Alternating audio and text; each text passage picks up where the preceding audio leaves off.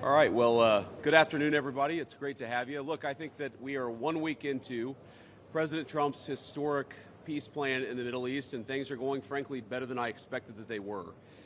This is a very, very tough situation. You have two peoples, two enemies who have fought a very tough conflict against each other. You have a terrorist organization on one hand that murdered a lot of innocent people.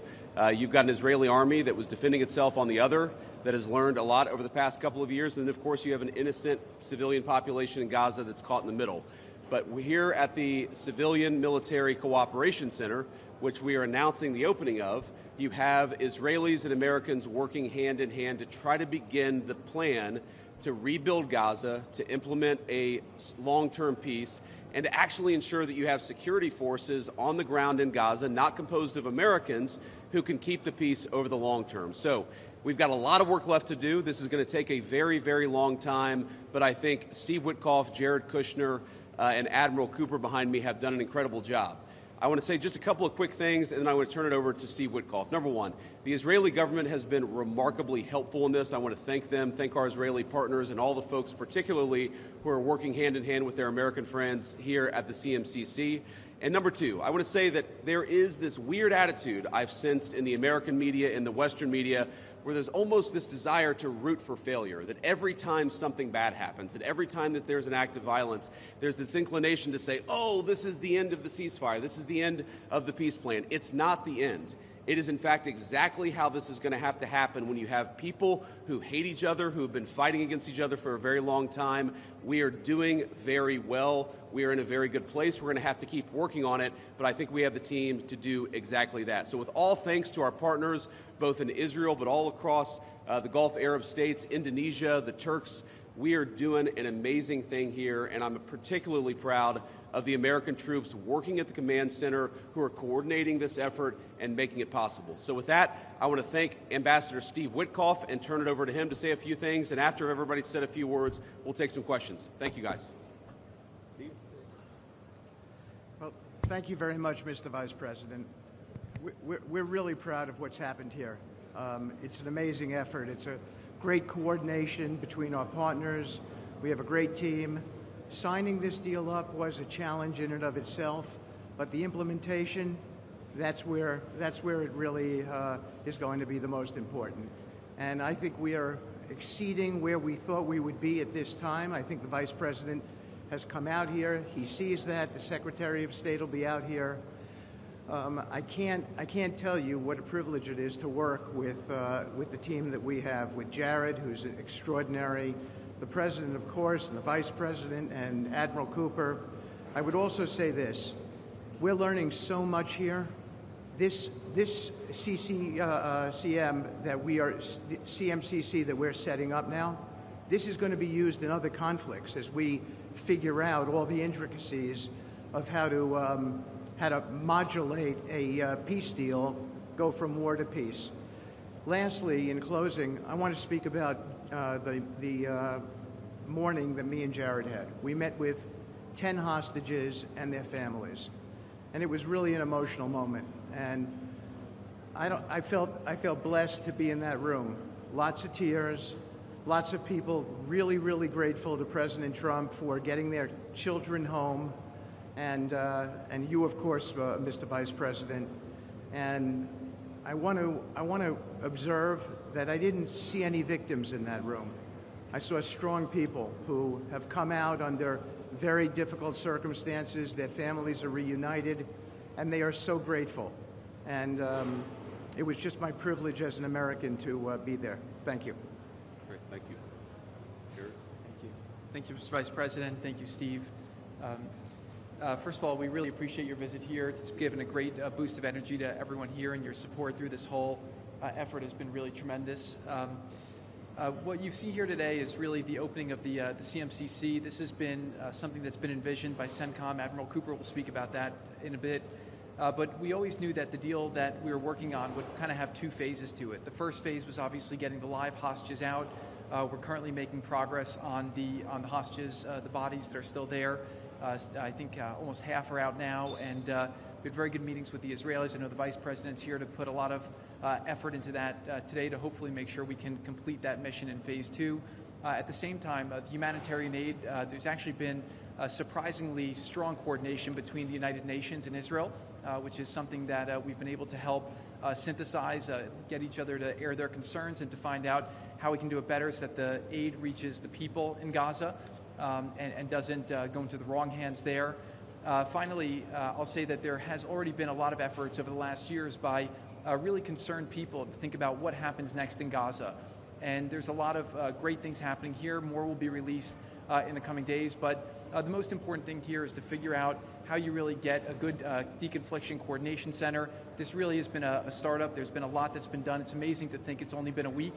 But I actually, with the pace of work and the commitment of everybody, I think in a week from now you'll see even more progress. I want to echo what the Vice President said about how a lot of people are getting a little hysterical about different incursions one way or the other, but what we are seeing is that things are going in accordance. Both sides are transitioning from 2 years of very intense warfare to now a peacetime posture, and really thanks to Admiral Cooper, CENTCOM, and the CMCC to try to build that deconfliction mechanism in order to make sure that we can get to a proper de-escalation. We have some flags that we put up here. This is not fully representative of the countries that are here. It's happening very rapidly, that people are agreeing to come on board, agreeing to help. People really want to be a part of this, and it's just happening very, very quickly. So we'll try to continue to give the updates as it progresses, but really just thank you to the entire team here who's made all this possible. It's been a lot of sleepless nights, around the clock effort, and it's really been great coordination because everyone believes that it is possible to create something better in Gaza, and we have to believe it, we have to work hard for it, and if we all work hard to do that, then I do believe a great outcome is possible. Thanks, Chair. Admiral? Well, Mr. Vice President, thank you for joining us here today at the CMCC. Consistent with our Commander-in-Chief's direction, this facility will be the hub for the delivery of everything that goes into Gaza as we look to the future, delivering on the Commander-in-Chief's commitments.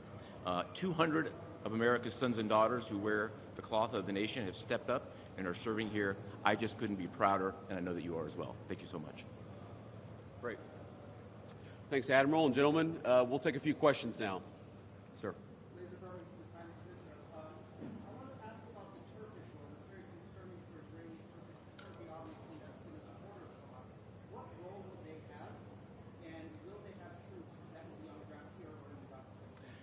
Well, I think, first of all, what troops are on the ground in Israel is going to be a question the Israelis have to agree to, and I'm sure that Prime Minister Netanyahu will have opinions about that, but we think everybody has a role to play here. Some of that's going to be financial, some of that's going to be in reconstruction, some of that's just in communication with the various parties to ensure that this deconfliction process actually works and is implemented.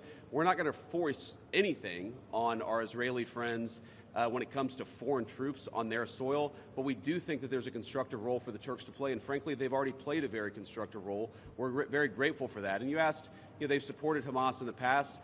No one who is a party to this conflict can look in the past and not point at something that they don't like or that they disagree with. Everybody who's been involved in this conflict can point at one other person. One of these flags can point at another flag and say, we hate that person for various reasons. The way that we're going to get to peace is to focus on the future, which is what the President of the United States has asked us to do. And we think everybody here is very willing to do that and is very eager to engage in that effort. Ma'am.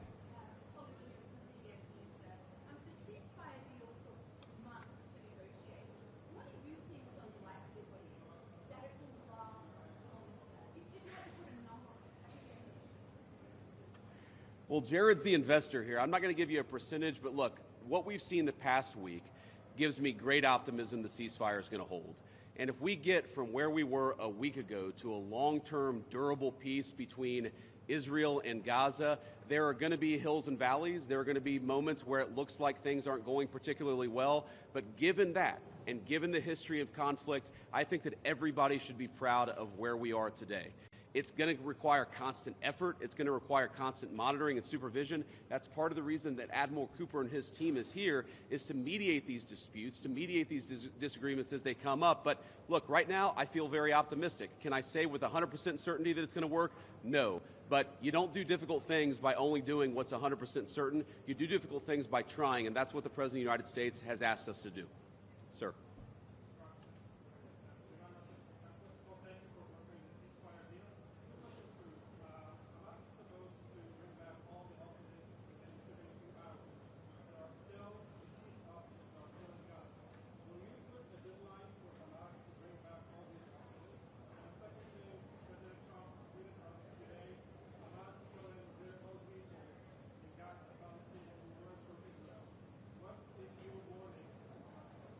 Yeah, so Steve, I'm going to ask you to follow up here, but let me say just a couple of words about the deceased hostages. I mean, one of the stations that I met with, one of the groups that's working on this that I met with earlier, they actually have a photo of the 15 deceased hostages who are still in Gaza. It is a focus of everybody here to get those bodies back home to their families so that they can have a proper burial. Now, that said, this is difficult.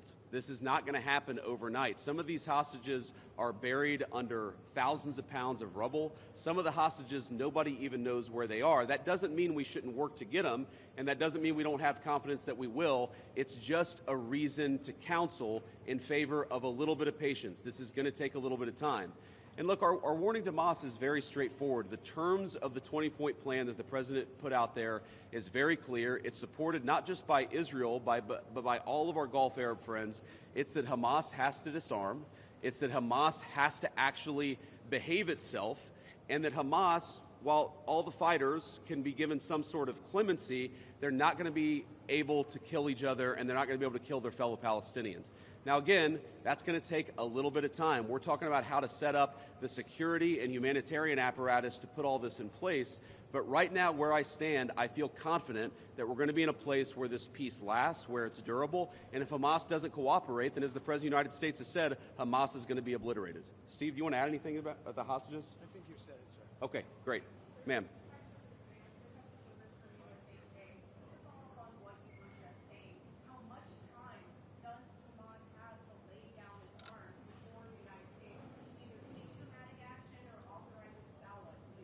Well, look, the president actually put out a truth this morning that I thought was very instructive. We know that Hamas has to comply with the deal, and if Hamas doesn't comply with the deal, very bad things are going to happen. But I'm not going to do what the President of the United States has thus far refused to do, which is put an explicit deadline on it, because a lot of this stuff is difficult. A lot of this stuff is unpredictable. You basically have two regions in Gaza, one of which is relatively safe, I wouldn't say very safe, and one of which is incredibly dangerous. And part of ensuring that we get to a durable peace is to broaden the scope of the area that's safe. And the International Security Force is a big part of that. We don't yet have the International Security Force set up. That's something we're working towards. We have a number of volunteers who want to participate in that International Security Force. So my point is, I don't think it's actually advisable for us to say this has to be done in a week, because a lot of this work is very hard. It's never been done before, and in order for us to give it a chance to succeed, we've got to be a little bit flexible. I think what you're seeing from our Gulf Arab friends, certainly from our Israeli friends, is a certain amount of impatience with Hamas, but we're going to keep on working at this process, and we're going to keep on trying to bring the deceased hostages home, but also make sure that all Gazans are able to live in a prosperous and safe place. Yes?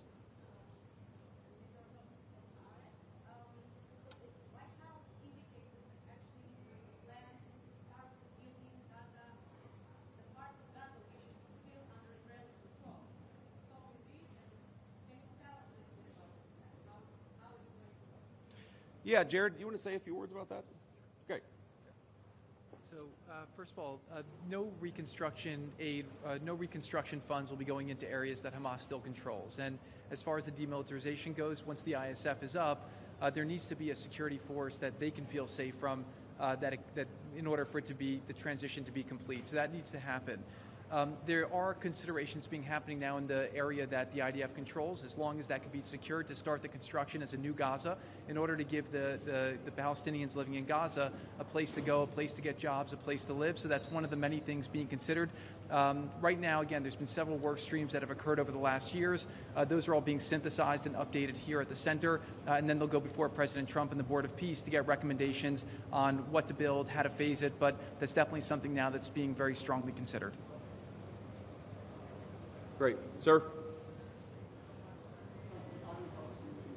Oh, sorry. Why don't we do the guy in the back, and then we'll do you in the blue jacket. Thank you. Go ahead. Could you speak up for me?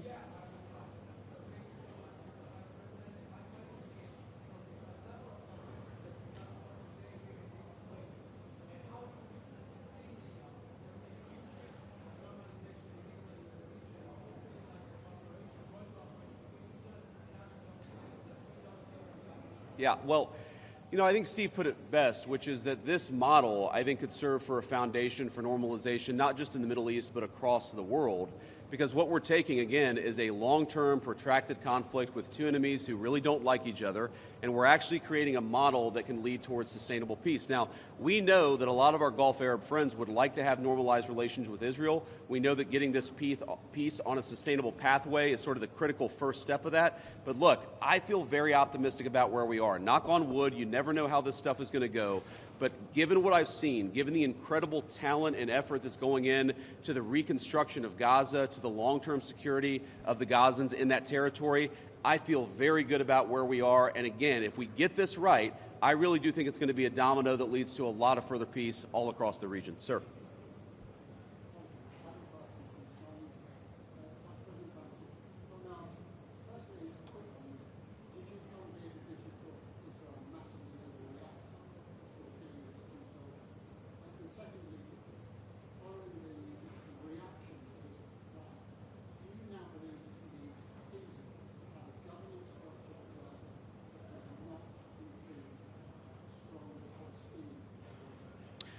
Well, so on the first question, no.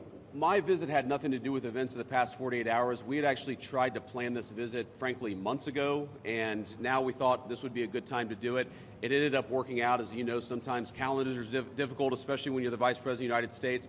But I wanted to come. I wanted to check in on things. I wanted to, talk to the troops who are working very hard to coordinate this massive relief effort. And I wanted to just see how things are going and put some eyes on it so I could call the President of the United States and actually, it's one thing to read about it. It's one thing to talk with Jared and Steve on the phone about what's going on the ground. It's another thing to actually shake somebody's hand, to look them in the eye and to understand what are the challenges, what are the things they need from me. I mean, I heard from relatively junior troops very simple things that would make their lives easier that I'm going to take back to Washington and hopefully help them with. That's why you do a visit like this, not because of anything that's happening on the ground. On your question about what is the ultimate, authority in Gaza look like, I don't know the answer to that question. And I think what's so cool, what's so amazing about what these guys have done is that we're creating a governance structure that is very flexible to what happens on the ground in the future. We need to reconstitute Gaza. We need to reconstruct Gaza. We need to make sure that both the Palestinians living in Gaza, but also the Israelis are able to live in some measure of security and stability. We're doing all those things simultaneously. And then I think once we've got to a point where both the Gazans and our Israeli friends can have some measure of security, then we'll worry about what the long-term governance of Gaza is. Let's focus on security, rebuilding, giving people some food and medicine. If we get to the point where we're arguing exactly what the governance structure in Gaza is long-term, then we should pat ourselves on the back. That's a very good problem to have, but I won't anticipate that problem before we actually have it. I'll take a couple more and then we'll get moving. Ma'am. Could you speak up? Thank you.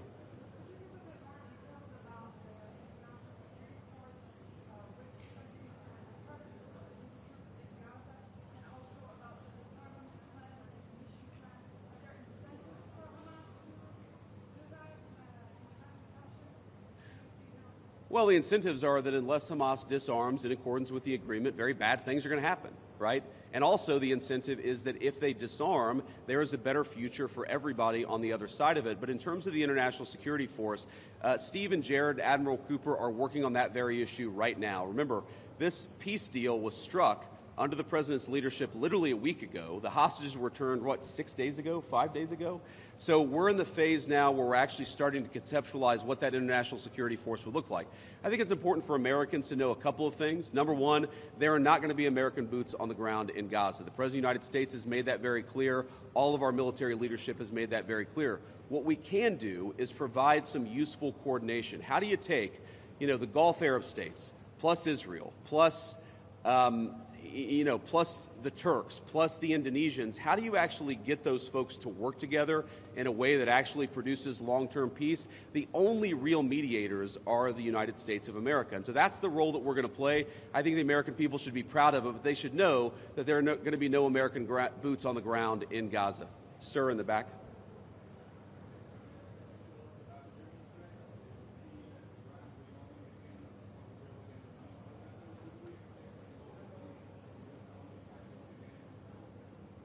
Could you ask the very last part?